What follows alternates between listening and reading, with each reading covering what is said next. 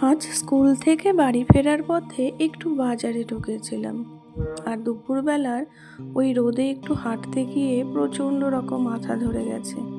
তাই বাড়ি এসেই ঠিকঠাক ফ্রেশও হয়নি, শুধু মুখ হাত পা ধুয়ে নিয়েই বসিয়ে দিয়েছি চা, আর একটু আদা দিয়েছিলাম আজকে চায়ে। ঠান্ডা লেগে গিয়ে গলাটাও একটু ব্যথা ব্যথা করছিল। আর বাজার থেকে ফেরার পথে নিয়ে এসেছিলাম ভাপা পিঠে। এবছরের প্রথম ভাপা পিঠে আজকে বাড়িতে আসলো।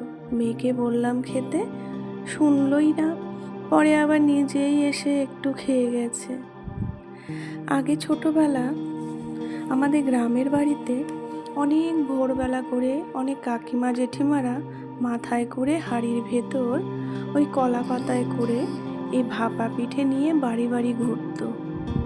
আর তার বদলে কিন্তু তারা টাকা নিত না, নিত ধান। ছোটবেলার সেই স্মৃতিগুলো মনে পড়ে যায়। আজ হয়তো তারা বেঁচে আছেও কি না জানি না।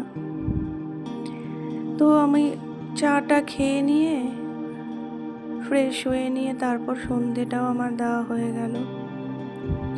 ওদিকে মেয়ে একা একা বসে খেলছিল, তো ওর জন্য একটা ডিম সেদ্ধ করলাম।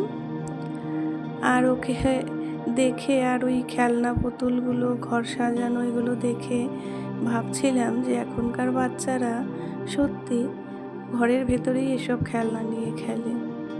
আমরা তো বাইরে ছুটোছুটি করে বিকেলবেলাটা খেলতাম, আর ওরা বাইরে কোথায় যাবে। তো আজ এ পর্যন্তই।